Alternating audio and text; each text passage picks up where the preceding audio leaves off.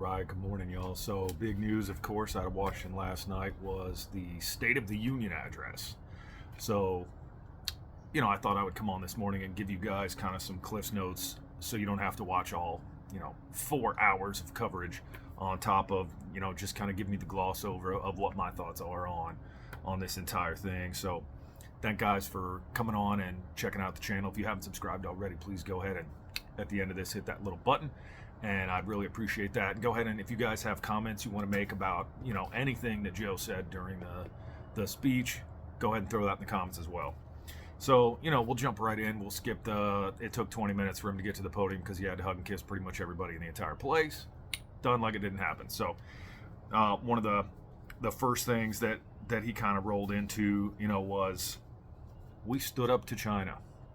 So he's basically saying that, it was his decision to shoot the balloon down. And I'm going to be referencing the notes because this was a huge, speech last night. But he basically said it was his decision to shoot the balloon down and that they stood up to China and China gets the message. Do they, though?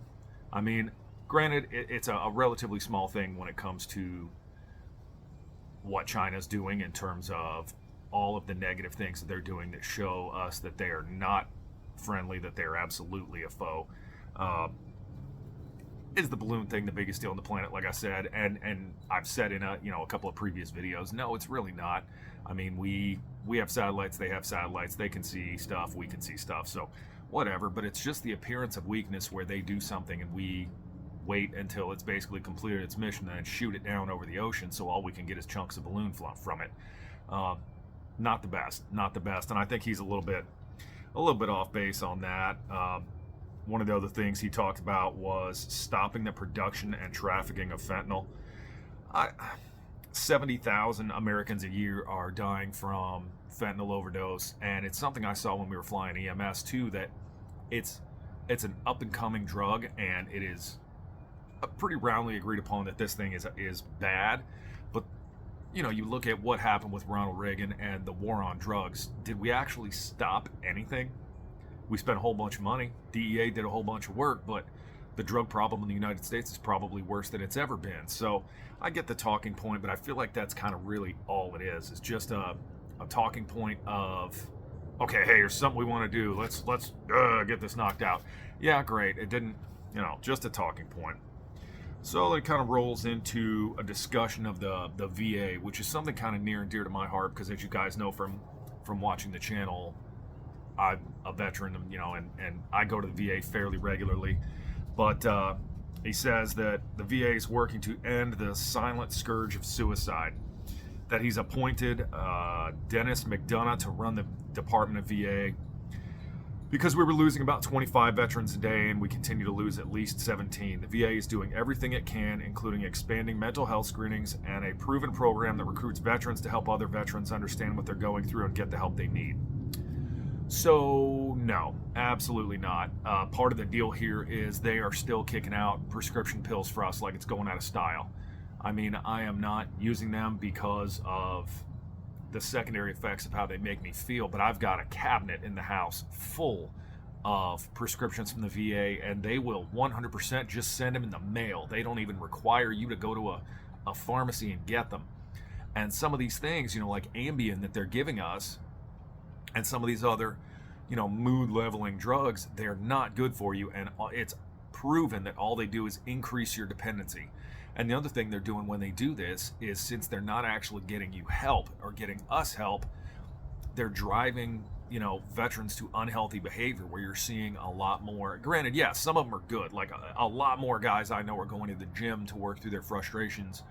But a lot of guys are drinking and engaging in dangerous behavior purely because they're not getting the mental help that they need. So I think in terms of this VA point, he's kind of way off base. I mean, again, it's just another talking point. There's no great backing behind it. I mean, the rate of veteran suicide continues to be significantly too high. It's a topic, but it's not one that they are super interested in immediately solving. So yeah, done. Then he kind of rolls into calling for higher teacher pay. And this is something that I think pretty much all of America agrees on. It says in 2021, teachers made less than 77 cents on the dollar compared to other college graduates. Yet on average, they work more than 50 hours a week. Close to 1 in 5 have a second job somewhere else. Okay, so pretty simple here. These people educate our children, give more money so they are happy and do a better job. Not they're doing a bad job, but can do a better job because they're not worried about working a second job. So great, yeah, we all agree on that. He's urging lawmakers to protect abortion rights. I'm not really going to touch this one. Abortion's a super touchy, subject, and there's a lot of division in the country about that. So I think there's a lot of nuance there. So we are just going to take the abortion section of this and say, yep, he made some comments. So we'll do that. Then he kind of rolls into saying, we're going to help Ukraine for as long as it takes. I think he needs to draw a delicate line here. And he's saying Russia's invasion of the Ukraine is a test for the ages, and the U.S. passed that test by standing for sovereignty because it prevents open season for would-be aggressors. I kind of feel like in this instance, like I said, he really needs to be careful, because as much as it is a good thing and we are quote unquote bleeding Russia, as some of his senior cabinet have said, you really need to be careful when you're selecting your enemies and what your long game is, because I understand the short game. Short game is to make Russia look bad, see if we can get Putin out of power, do whatever we can to kind of make Ukraine their Afghanistan 2.0 from where they had there in the 80s.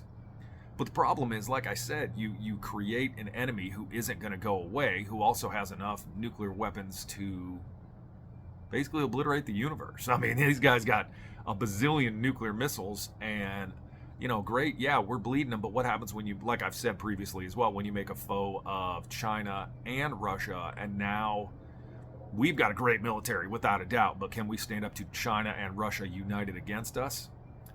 That's a tough question. I'd really be curious to see what you guys think about that. So, yeah, throw a comment in that if you think our military can stand up to fighting both Russia and China. I'm not so sure. I mean, we're good, but I don't know if we're that good. America's problems won't be fixed until Congress acts, says Joe Biden. Basically, unlawful migration from Cuba, Haiti, Nicaragua, and Venezuela has come down 97%, according to Joe Biden. Right.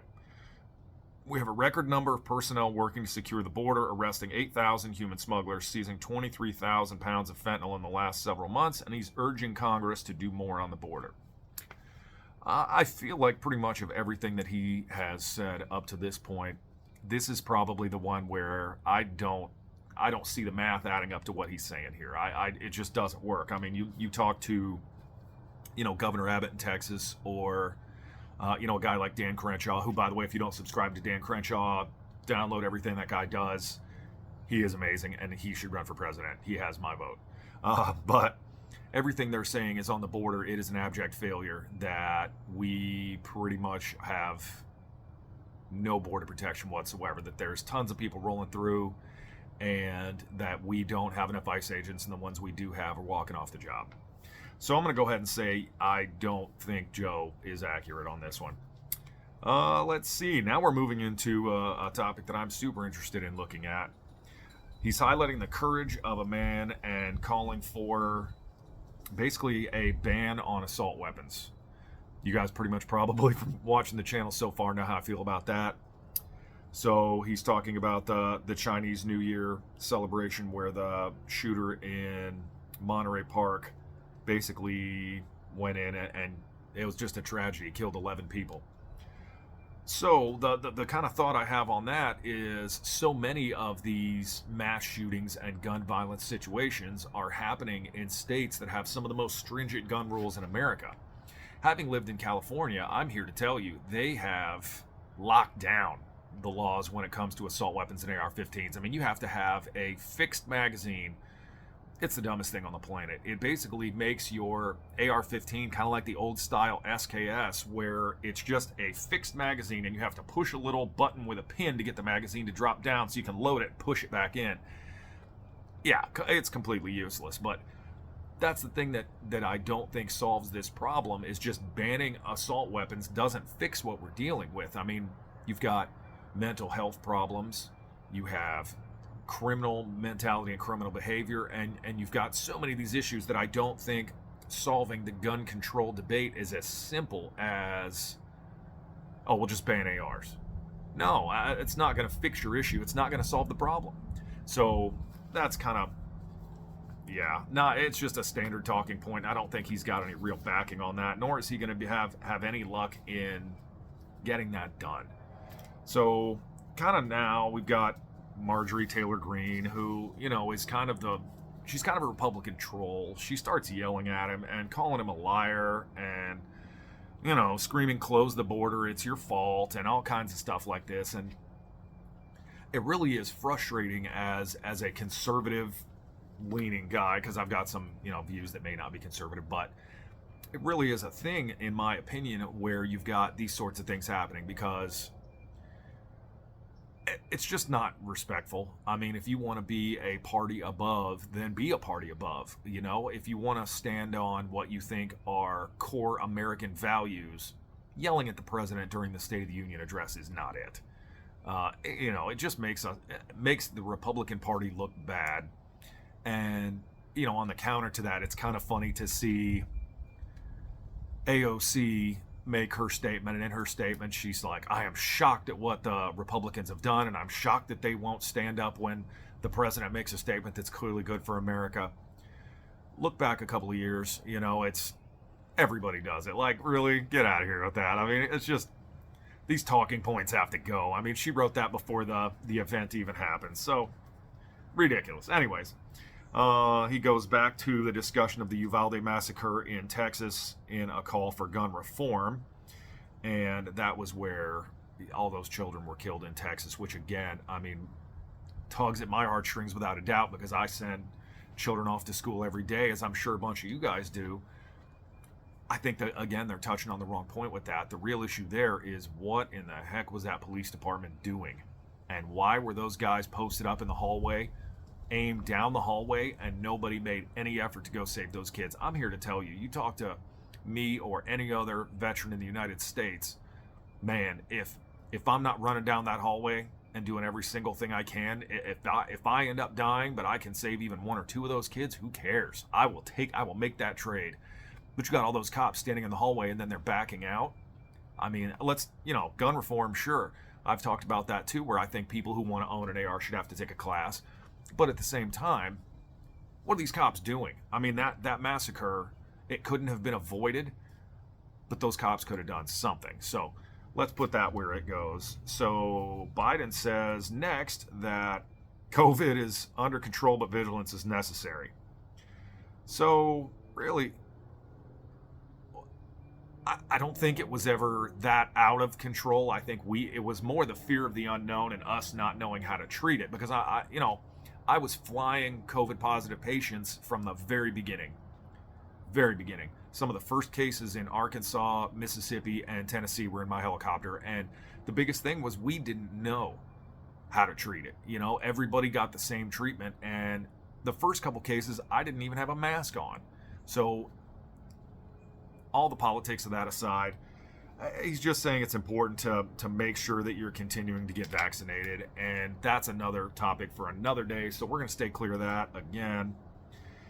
So moving from there, he starts talking about labor reform, and the big thing that I noticed interesting about labor reform is he starts talking a lot about,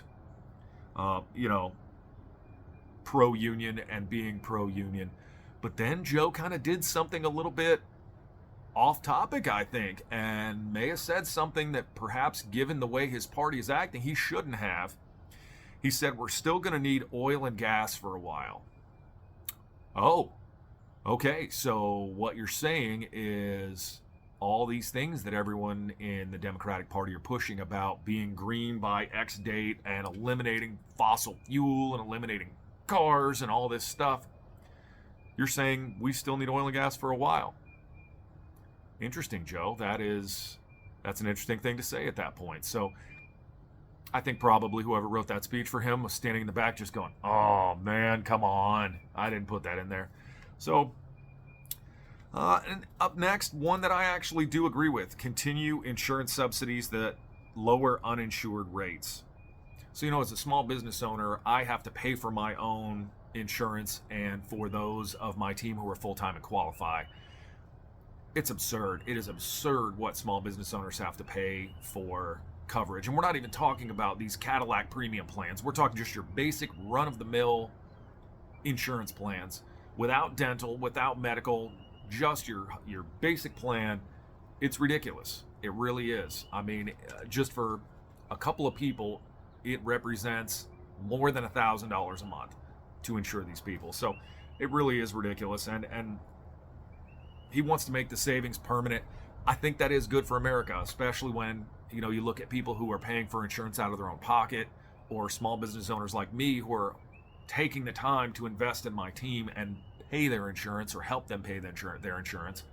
That really is beneficial to us because it keeps money in my bank account so that I can run the business.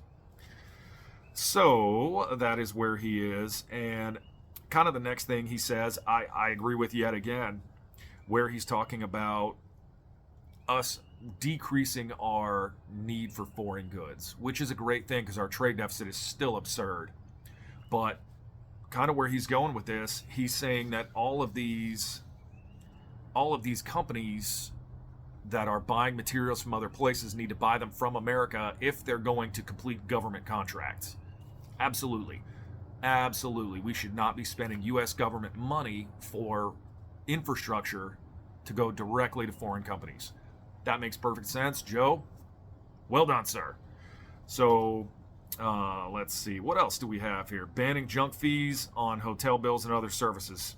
He urged Congress to pass legislation to ban excess fees that companies tack onto hotel bills, airline tickets, and other services. Americans are tired of being played for suckers.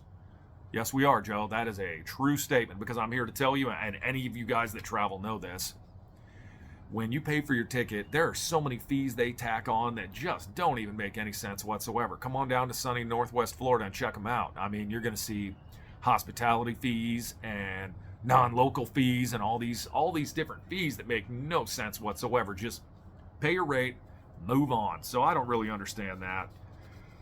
He kind of rolls into the economy as well, and I was kind of wondering how they were going to play this because I saw a poll yesterday that said 71% of Americans believe our economy's headed the wrong direction.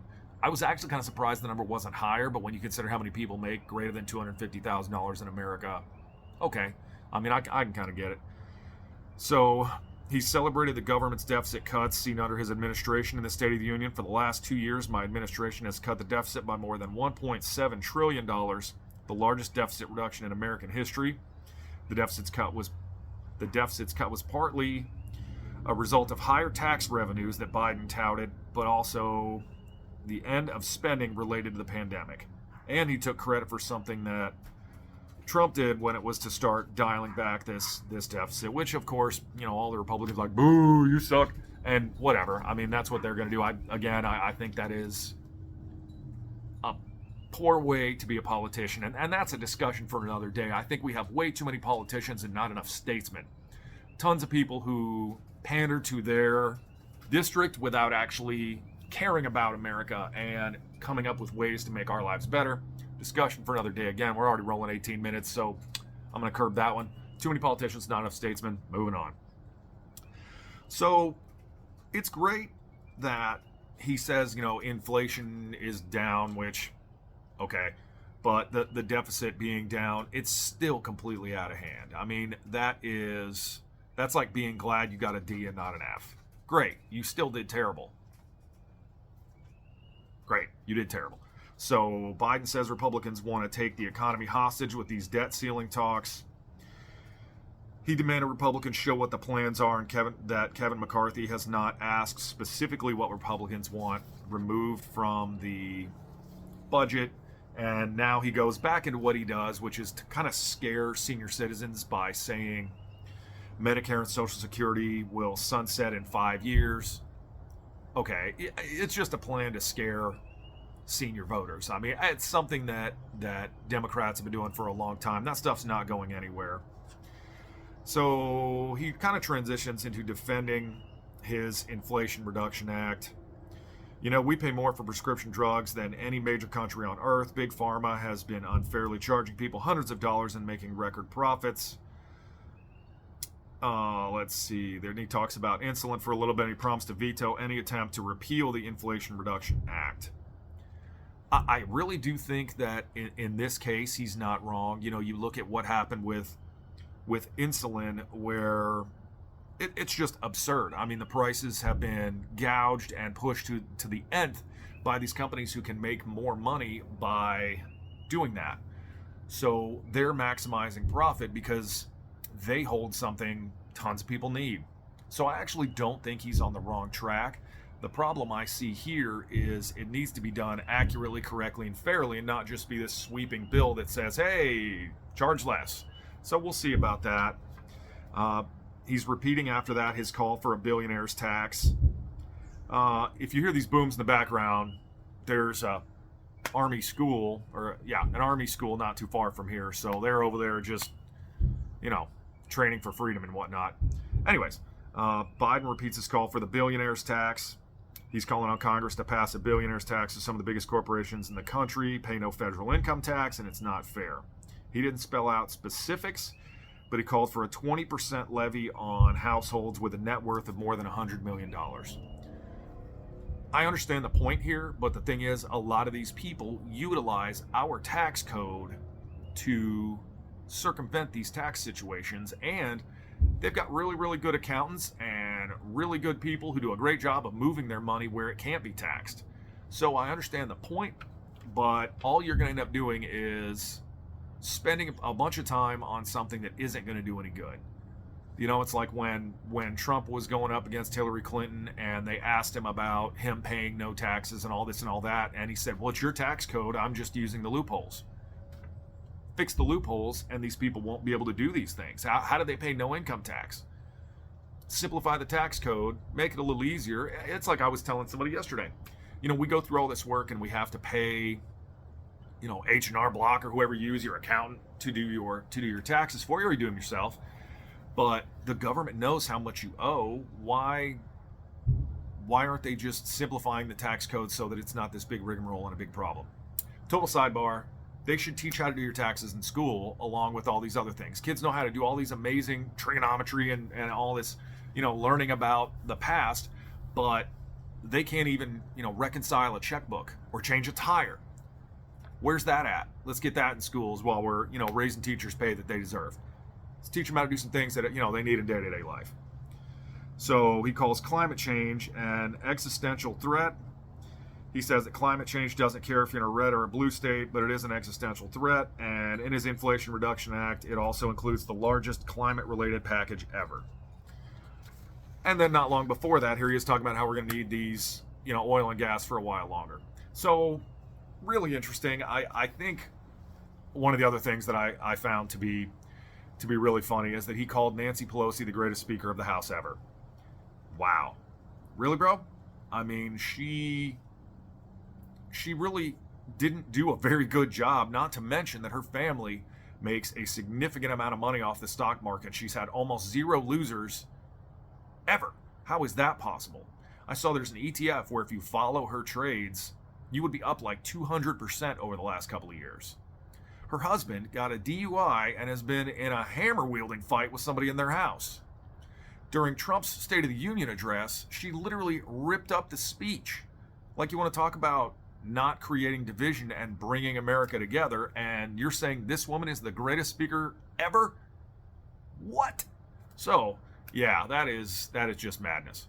So, if we were to rate, in my opinion, Joe's State of the Union address here with an A to F scale, I'd put Joe at a solid D.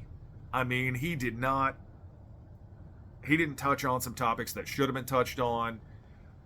A lot of the stuff he said, he kind of countermanded himself during his own speech, and he didn't answer any questions that a lot of people have about, okay, what are we going to do about inflation? What are we going to do about China and Russia and all these other problems? I mean, he kind of touched on them, but it was just kind of banner waving. He didn't do anything. There was no substance to it.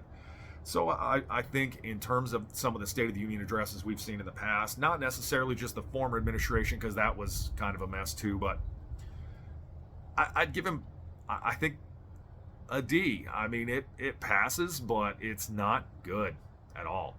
So, all right. So we've been talking for about 25 minutes here. So I want to thank you guys for hanging in and watching my kind of discussion of the debate over our country with Joe Biden last night, because Sarah Huckabee gave an interesting response that we're just not going to cover. So thank you guys for watching the show today. And if you haven't already done so, on the bottom you're going to see a little picture of a helicopter. Click that thing and go ahead and subscribe to the channel. And again, if you guys want to talk about anything, I'm sure you've noticed I'll respond for sure. So let's talk about this State of the Union address in the comments. And thank you guys. Have a great day.